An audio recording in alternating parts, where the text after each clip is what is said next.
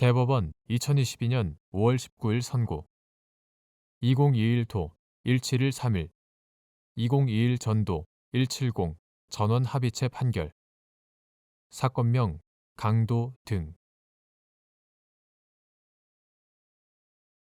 제1심 판결에 대하여 피고인은 비약적 상고를 검사는 항소를 각각 제기하여 이들이 경합한 경우 피고인의 비약적 상고에 항소로서의 효력이 인정되는지 여부 한정 적극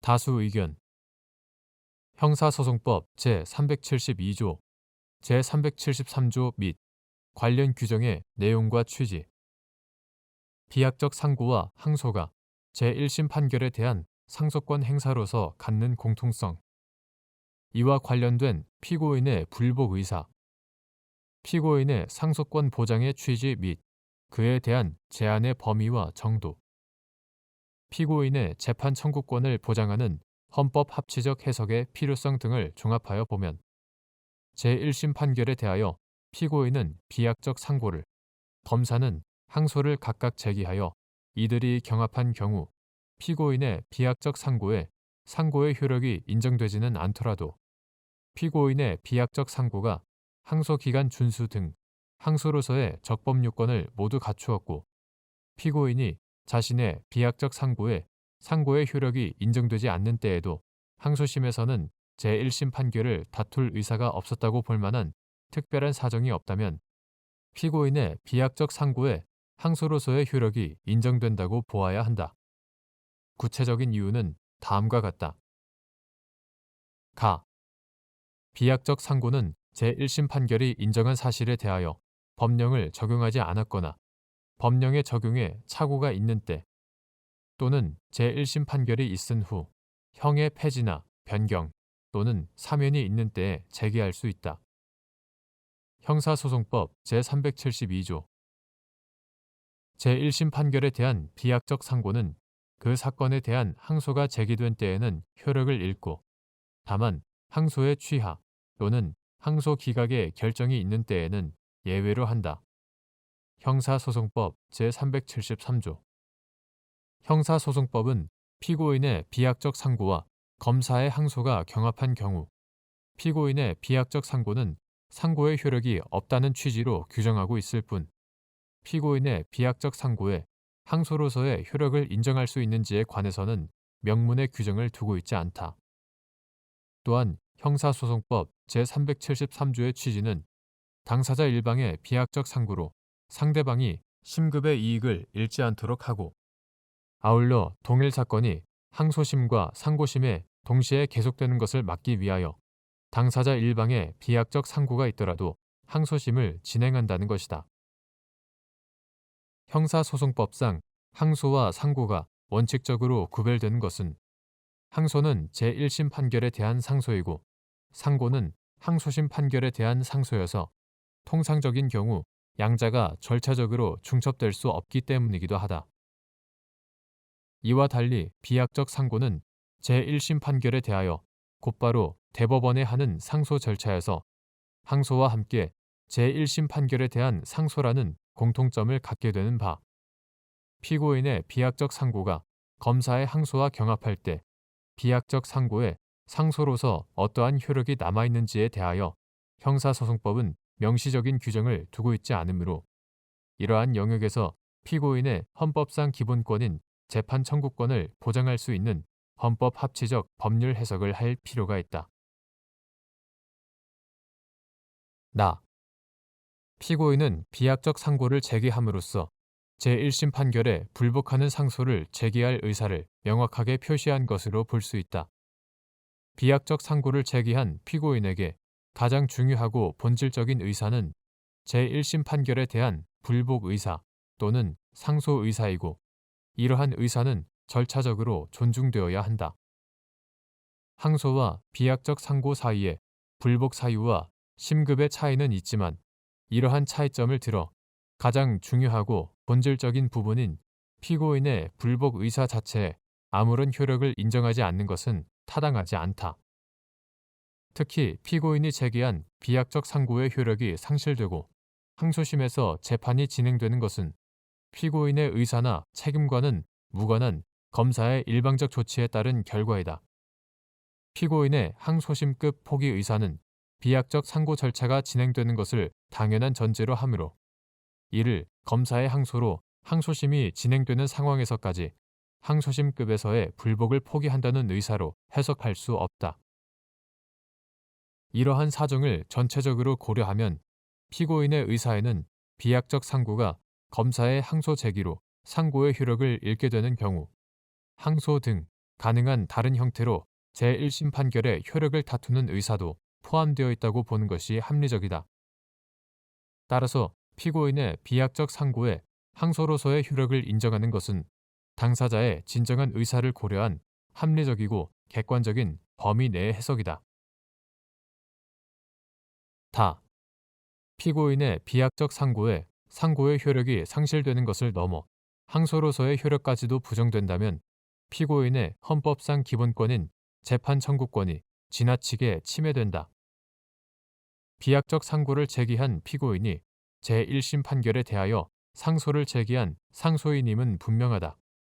그런데 피고인의 비약적 상고와 검사의 항소가 경합한 경우 피고인의 비약적 상고에 항소로서의 효력을 인정할 수 없다고 판시한 종전 판례에 따르면 피고인이 그 자체로는 적법한 상소를 제기하였음에도 검사의 일방적 조치에 따라 피고인의 상소는 아무런 효력이 없게 되고 형사 절차상 완전히 무의미한 행위가 된다.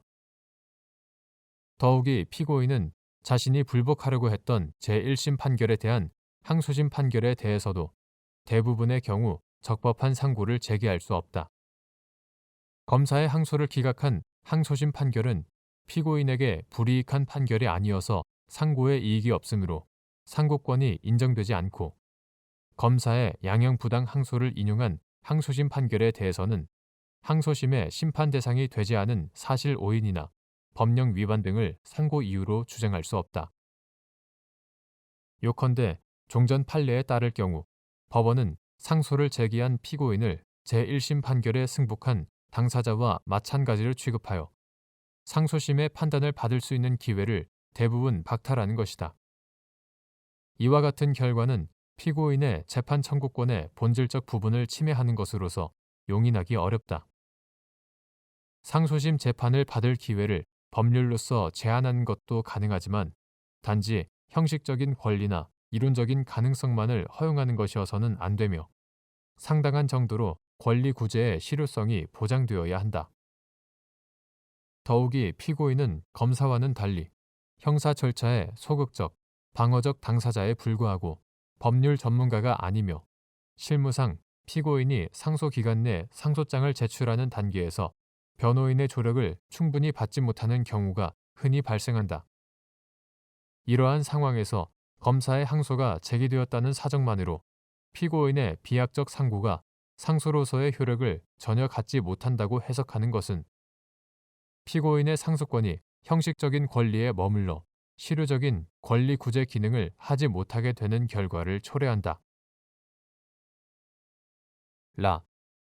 피고인의 비약적 상고와 검사의 항소가 경합한 경우 피고인의 비약적 상고에 항소로서의 효력을 인정하더라도 형사소송 절차의 명확성과 안정성을 해치지 않는다.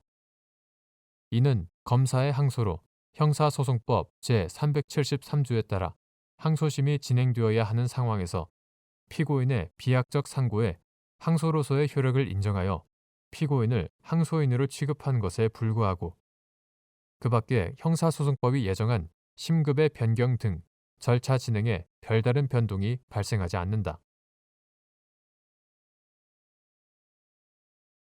대법관 안철상, 대법관 노태악의 반대 의견. 다수 의견의 요지는 형사소송법 제373조에서 비약적 상고는 항소가 제기된 때에 그 효력을 잃는다고 규정할 뿐 항소로서의 효력 여부에 관하여는 아무런 규정이 없음에도 피고인이 비약적 상고를 제기하고 검사가 항소한 때에는 피고인의 비약적 상고는 항소로서의 효력이 인정되어야 한다는 것이다. 이러한 다수 의견은 다음과 같은 이유로 받아들일 수 없다. 첫째, 다수 의견은 비약적 상고를 제기한 피고인의 상속권을 보장하는 해석을 시도하는 것으로서 경청할 점이 있다.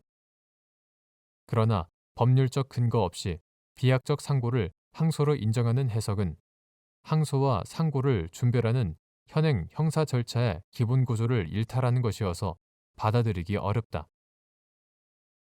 둘째, 다수 의견은 법 해석의 첫 단계로서 성문 법규 해석의 기본인 문헌 해석을 벗어난 것으로 법 형성에 해당하고 그 정당한 사유를 찾기도 어렵다.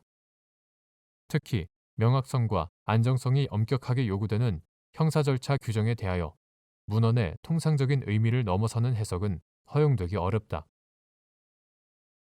셋째, 다수 의견은 대법원의 확립된 선례를 변경함으로써 이에 근거하여 안정적으로 운영되어 온 현재 재판 실무에 혼란과 지장을 가져다 줄 뿐만 아니라 그러한 이유를 들어 명문의 법률 규정을 얼마든지 문헌과 다르게 해석할 수 있다는 잘못된 신호를 줄 수 있다는 점에서 우려가 크다. 넷째, 문헌대로 해석하더라도 반드시 피고인에게 불이익한 결과를 초래한다고 볼 수 없다. 비약적 상고의 효력이 상실되더라도 피고인은 직권조사 내지 직권심판을 촉구하는 의미로 원심의 위법 사유에 대해 주장할 수 있고 이에 대한 상소심의 심리가 이루어진다. 나아가 현재 해석상 인정되는 상고권 제한 법리를 사안에 맞게 적용함으로써 비약적 상고를 제기한 피고인의 상고권을 보장하는 해석도 가능하다. 대법관 민유숙의 반대 의견. 가. 형사소송법 제372조, 제373조의 해석상 원칙적으로 피고인이 비약적 상고를 제기한 후 검사가 항소를 제기하면 피고인의 비약적 상고는 효력을 잃는데 그와 같이 효력이 없어진 비약적 상고에 항소로서의 효력을 부여할 수 없다.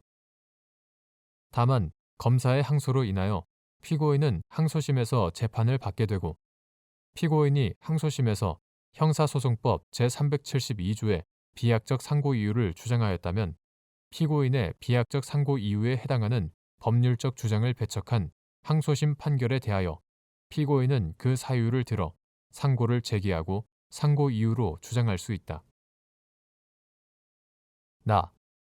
비약적 상고와 항소가 경합되는 경우의 규율은 입법 형성 범위 내의 문제로서 현행 형사소송법 규정이 헌법상 재판 청구권을 침해한다고 보기 어렵다.